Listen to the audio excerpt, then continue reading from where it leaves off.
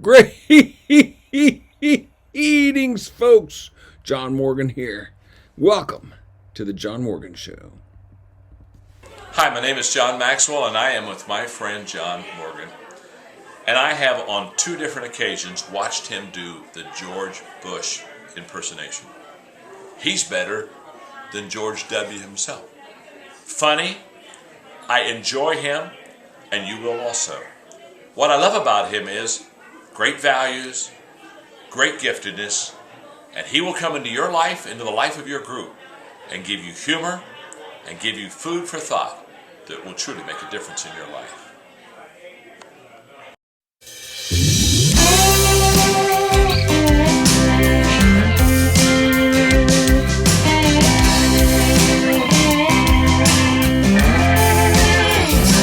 There are two sides to every single story, the passion and the glory, just trying to make it through the day. You know we're trying to come together, arm in arm and hand in hand, and with my brother I will fight to unify our land.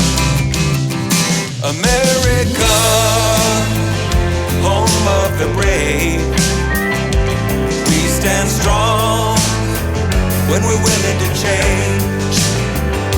And I will wash the feet of freedom and bow down on my knees, praying for a healing, fighting for the freedom of my brother and me.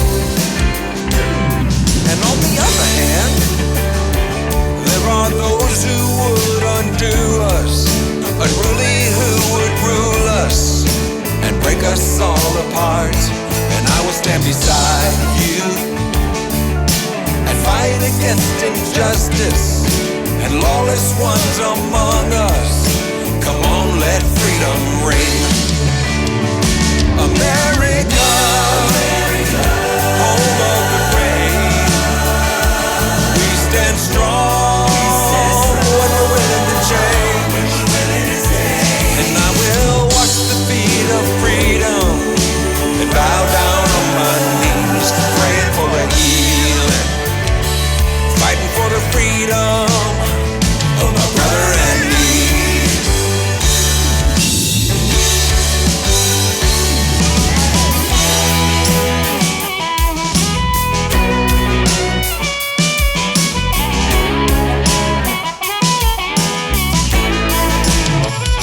E pluribus unum, get your guitars and tune them. Melody and harmony, let's make a little revelry. E pluribus unum, get your guitars and tune them. Melody and harmony, let's make a little revelry. E pluribus unum, get your guitars and tune them.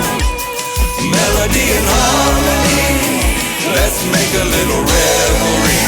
Play that guitar.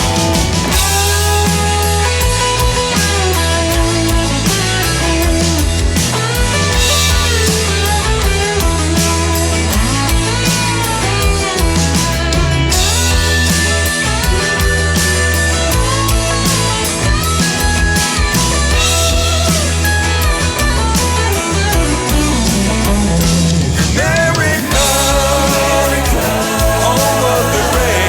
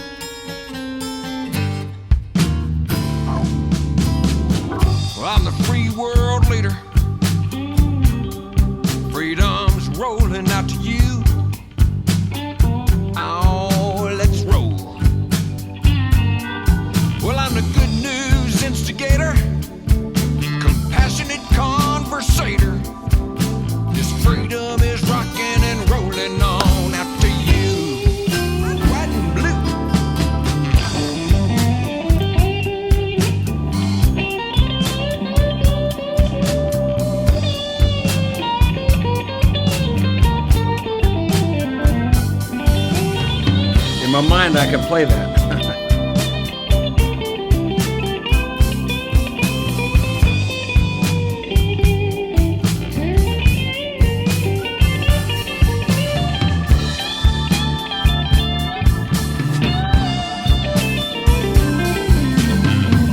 Does everything sound normal, folks, out there before we get started? Hello, greetifications, everybody. Welcome to the John Morgan Show. It's great to be with you. I appreciate you so much. This is going to be fun. I got a story to tell. Something that happened today.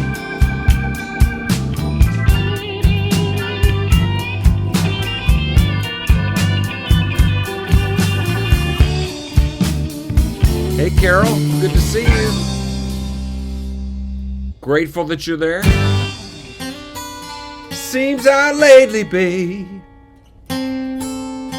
got the red, white, and blue. Ooh. Whoa, yeah. All right. Good to see everybody. Welcome. Good to see you. Thank you so much for tuning in. Thank you. Great to have you here. Oh my goodness, I had an interesting thing happen to me today. I was with a good buddy, youngster that is the son of a friend of ours, Kathy and mine. And we had to go, well, let me back up. Kathy had a blowout on her Sportage, her Kia Sportage. I know, it's a weird name for car. Sportage? Sportage?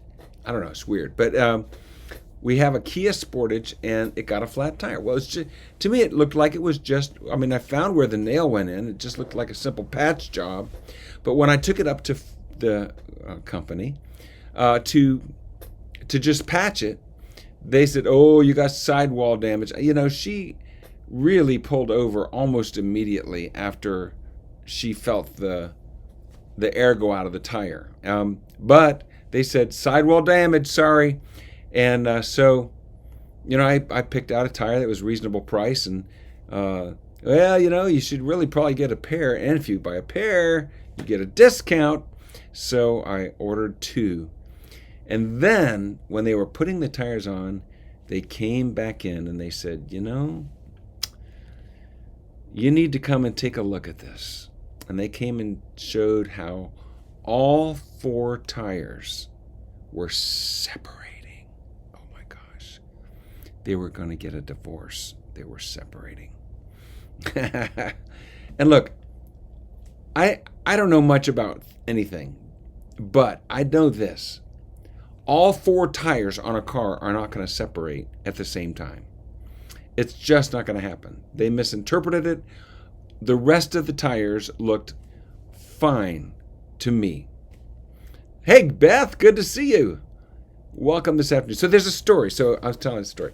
So I was inclined not to buy tires from them because they were pulling this, you know, all 4 tires are separating nonsense on me. So I went to another dealer, well, Costco. And I went to Costco, and they had a sale on. Get a big discount if you buy 4 tires. Well, I only needed 1 tire, but I like to replace at least 2 tires. But they had a deal if you buy 4, and the other 3 were on their last legs. They still had tread, but it was, you know, a minimal amount. So I thought, this is the car my wife drives. I don't want to. I want her to be safe. I want her to have a nice ride. So I was going to go ahead and replace all 4 tires. Hey, Mamay, good to see you. You'll get a kick out of this story, Mamay. Check this out. So I ordered 4 tires. They gave me a price on it. It was a great price, $200 cheaper than the other place for Michelin tires. He said, these are the best tires you can put on that car. And it was $200 cheaper than the other place with the sale. So I was pretty excited. They said, we can't put them on today. We're booked solid. The earliest we can do it is 2 days from now. So they gave me an appointment to put the tires on. So I bring my friend, just a young teenager that I'm mentoring and trying to serve, and with me up to the store, and we take the car, drop it off, leave him the key, then we go grab a slice of pizza. Now here's where it gets interesting. I said to the young man, I said, you never know when God has a side hustle. I didn't use that phrase, but have you not found that sometimes you'll get a nudge to go do something, and really what God was trying to do was use something he knew you would respond to get you into the other room where your lost keys are located. I mean, I've had that happen so many times. I know it happens. I know it's angels, my guardian angel, the Holy Spirit. I don't know who talks to me, but I get nudges, little nudges all the time to go and do something. And sometimes it's straightforward. It's the thing that was suggested to me. But even just now, moments before I started the show, I had one of those events happen, and I'll share it with you. So the young man and I are eating our slice of pizza, pepperoni, and I shared with him, you never know. God may have caused Kathy's flat tire for something that might happen to your benefit. Oh, this was before we got our pizza. Then we go and we get our pizza, and there's a man standing in line to get pizza, and he's talking about how he's talking to a female friend of his that's, I don't know if it's his girlfriend or his wife or whatever. That kind of strange things happens to me also. Yeah, people don't talk about it, but yes, Pizza Grady, absolutely. So this young man, this dude is in line for pizza, and he's talking to his girlfriend about how he doesn't have enough money to do XYZ thing that he's about to do, but he's waiting on a lawsuit to come through because he's planning to sue the city. Well, I keep my antenna up for the Holy Spirit and for nudges because I want to be all about the kingdom of God and the things that he has for me to do. I'm looking for opportunities to share the gospel. I'm looking for opportunities to just be a friend. And the young man that was with me talks about, I'm famous for reaching out to strangers. In fact, an aside, parentheses, while we were dropping off the car, a lady in the line behind me, I greeted and said hello to, and we found out that there is a really cute dog video for those of you dog lovers out there that love emotionally cute videos. Go to YouTube and put in bunny dog. And apparently this lady named Bunny is training her dog to talk. And you will enjoy this video or series of videos. She shared that with me. So I engaged this gentleman. Okay, back to the pizza. We're in line for pizza. I engaged this gentleman in conversation, and he tells me that he's suing the city because somebody had a sawed-off shotgun and told the police he had a sawed-off shotgun in his car, and the police didn't take it away from him.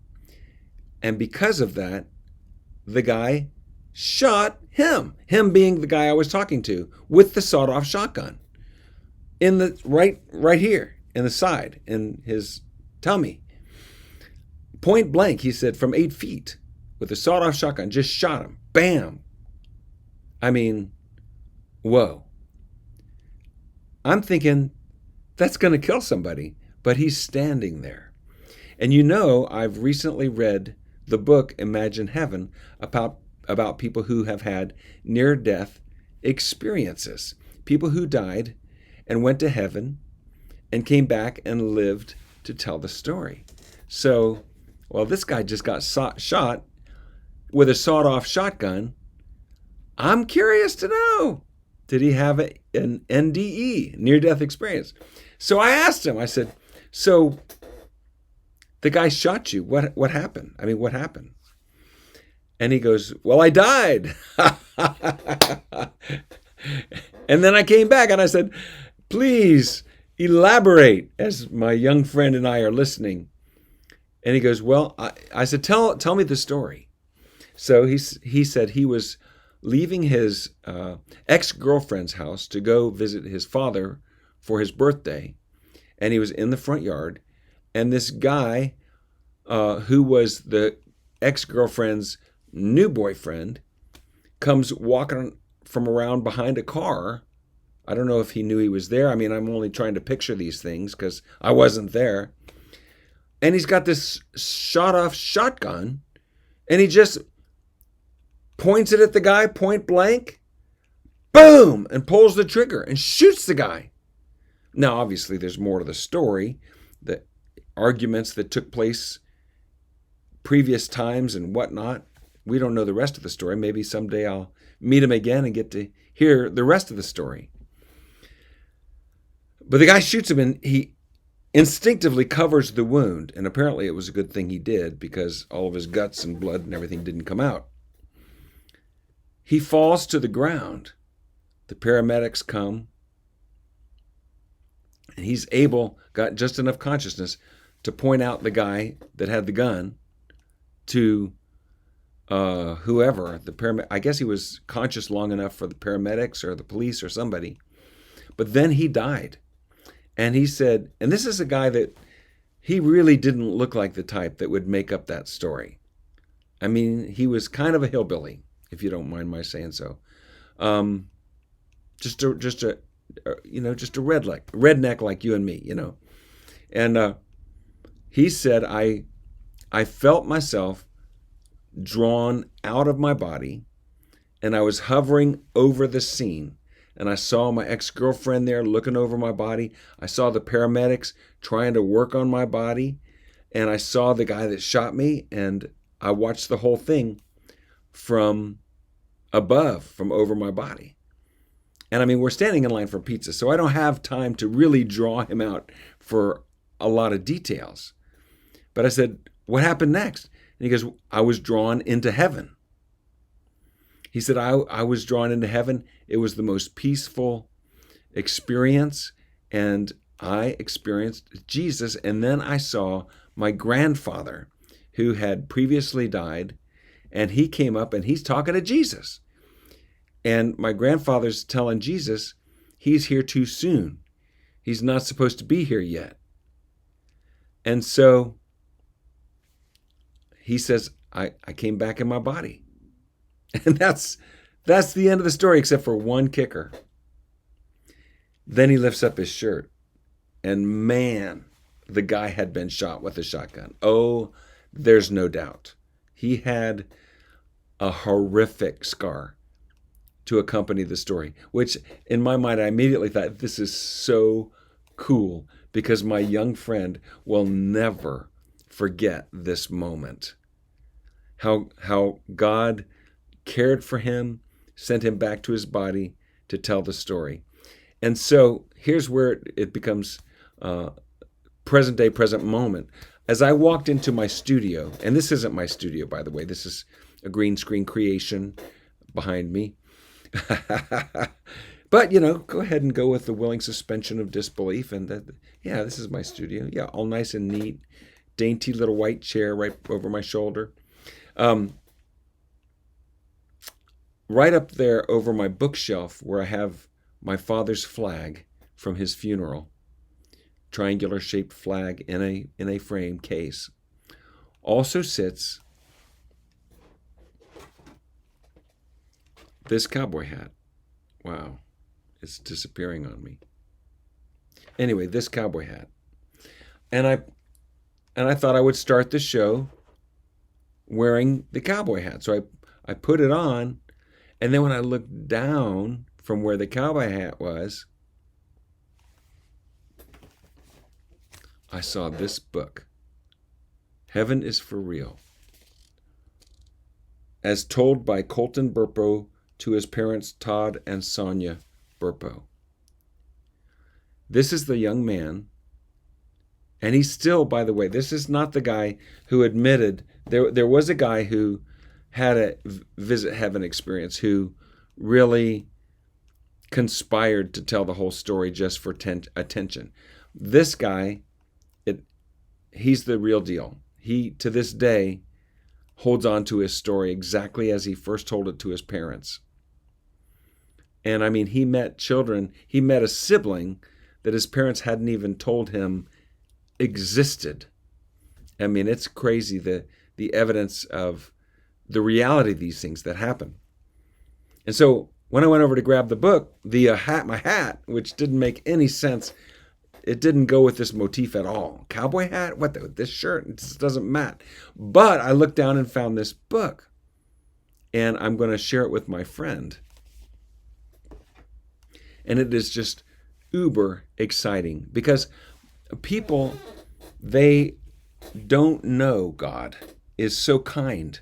They don't believe that he is so patient and gentle, that he is so forgiving, so long-suffering, so willing to love on us, to pull us out of hell, to give us help when we need it. People who choose to ignore God and go their own way, and because they want to sin, and hey, I don't judge them, because that described me to a T for many, many years. My mom, when I was 15 years old, we were raised Catholic, and so we knew a lot about God, and I thank the Catholic Church for a lot of really great foundation in my knowledge of what God is about. But my mom came to become introduced to this God. She formed and began a personal relationship with him within the Catholic Church. And when I was told, no, you can have a real personal relationship with Jesus, and it's so exciting that it's the most exciting thing that exists. It only makes sense. Okay, imagine you are the designer of Disney World,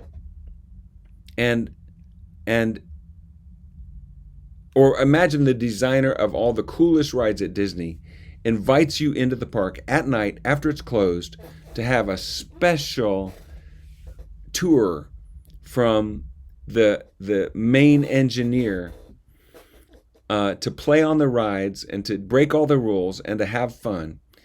That's what a relationship with Christ is like. He's the designer of everything that is, and he just loves us. He wants to walk with us through this life. He wants to walk with us through this life and then use us to share these truths with others. And it's just the most awesome, most fun, most challenging, and rewarding life possible on the planet.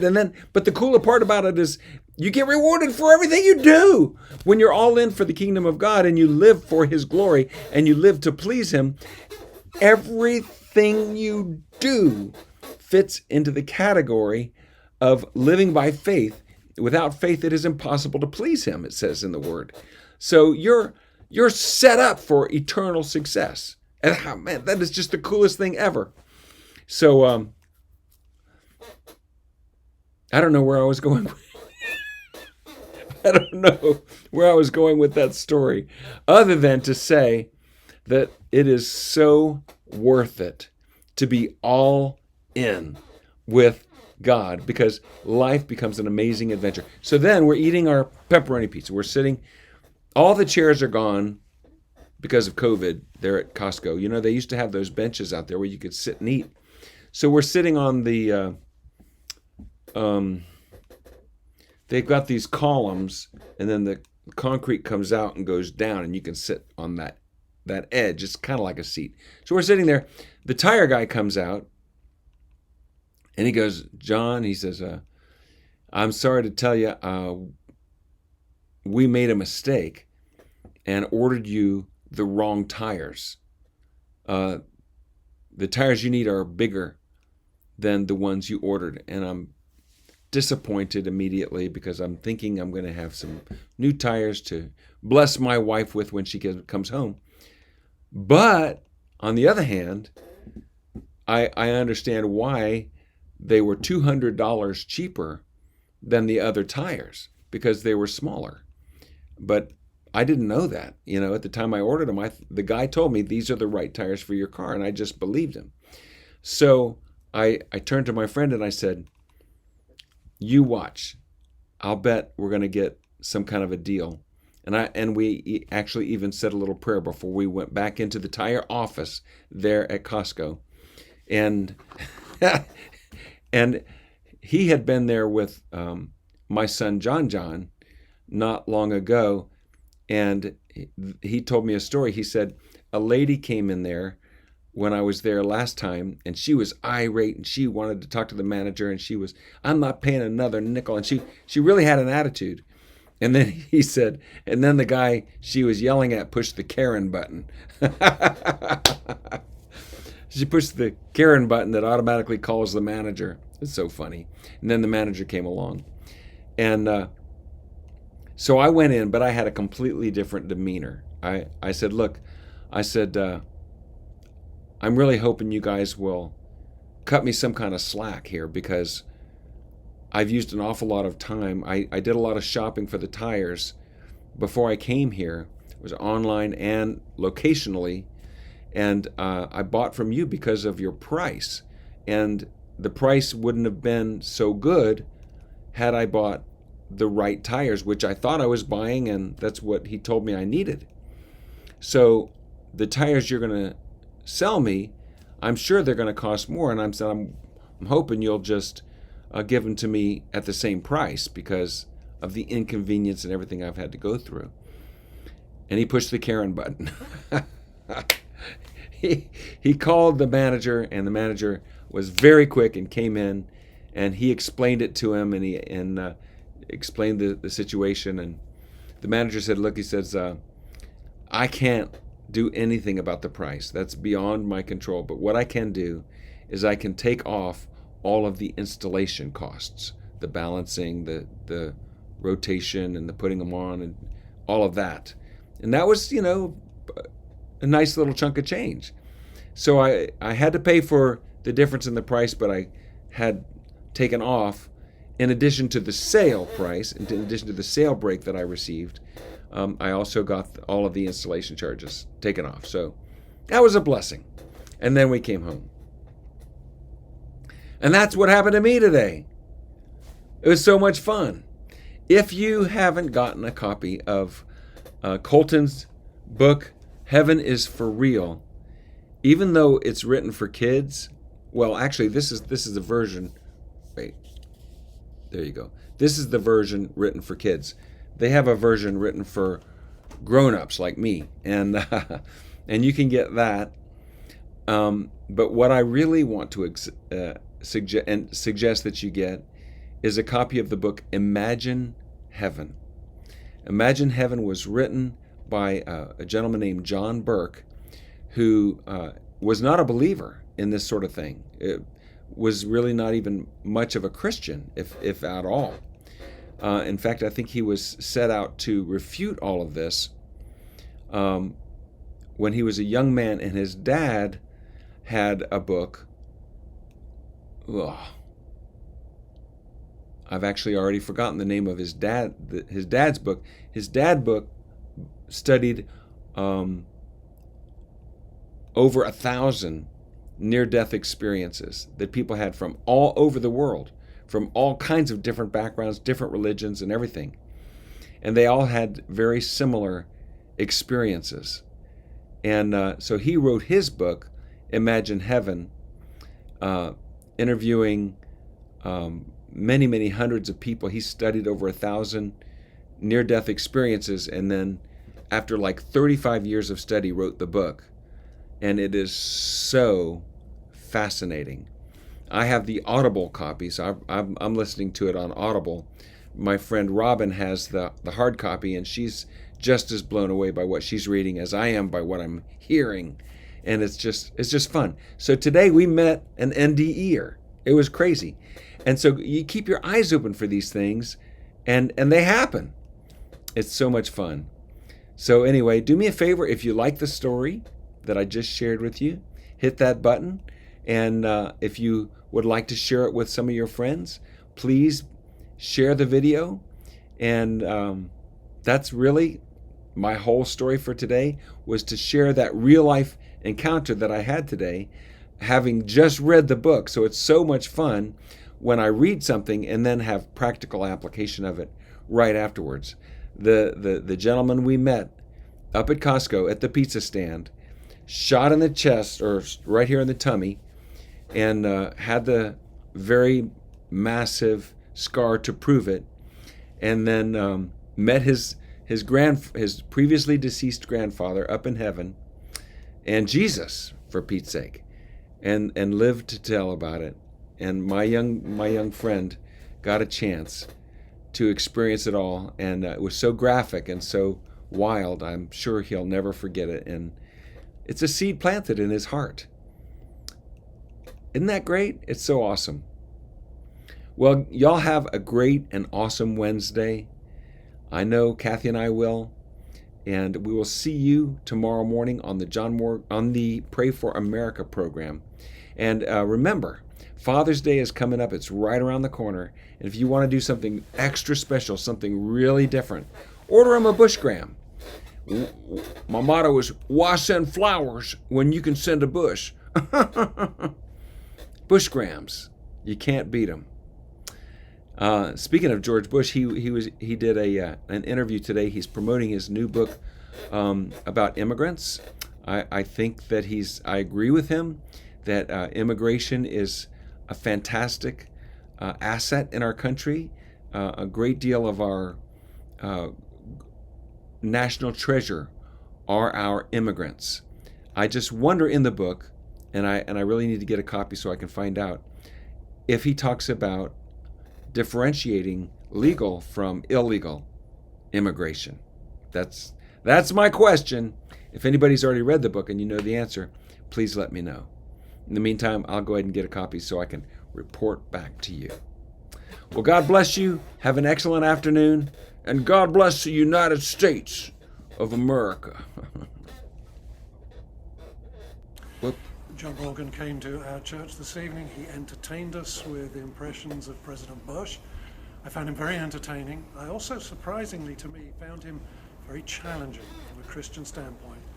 I found his thoughts about listening to the Lord, especially when you think he's saying something you really don't want to hear, to pray about it and see if he has some surprise, some great thing in store for your life.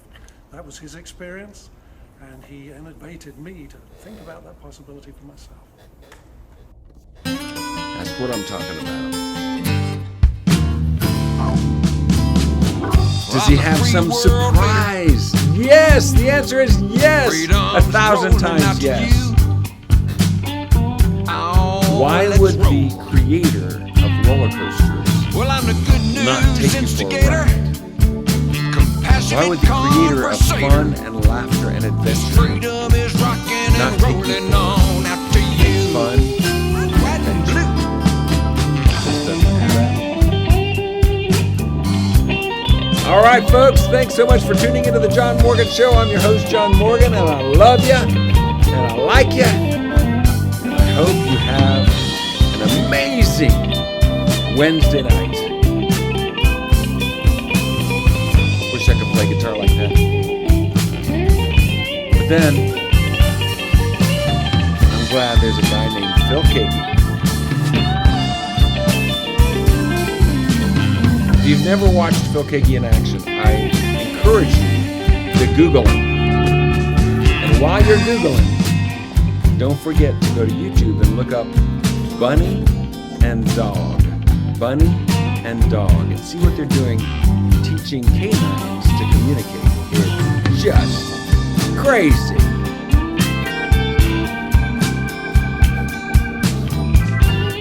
Hey, Tim Emerson. Glad to see you on the show. How are you doing? Give me a call. Let's chat. Ooh, ooh. Seems out lately, babe. Got a bad case of red, white, and blues. Oh, yeah.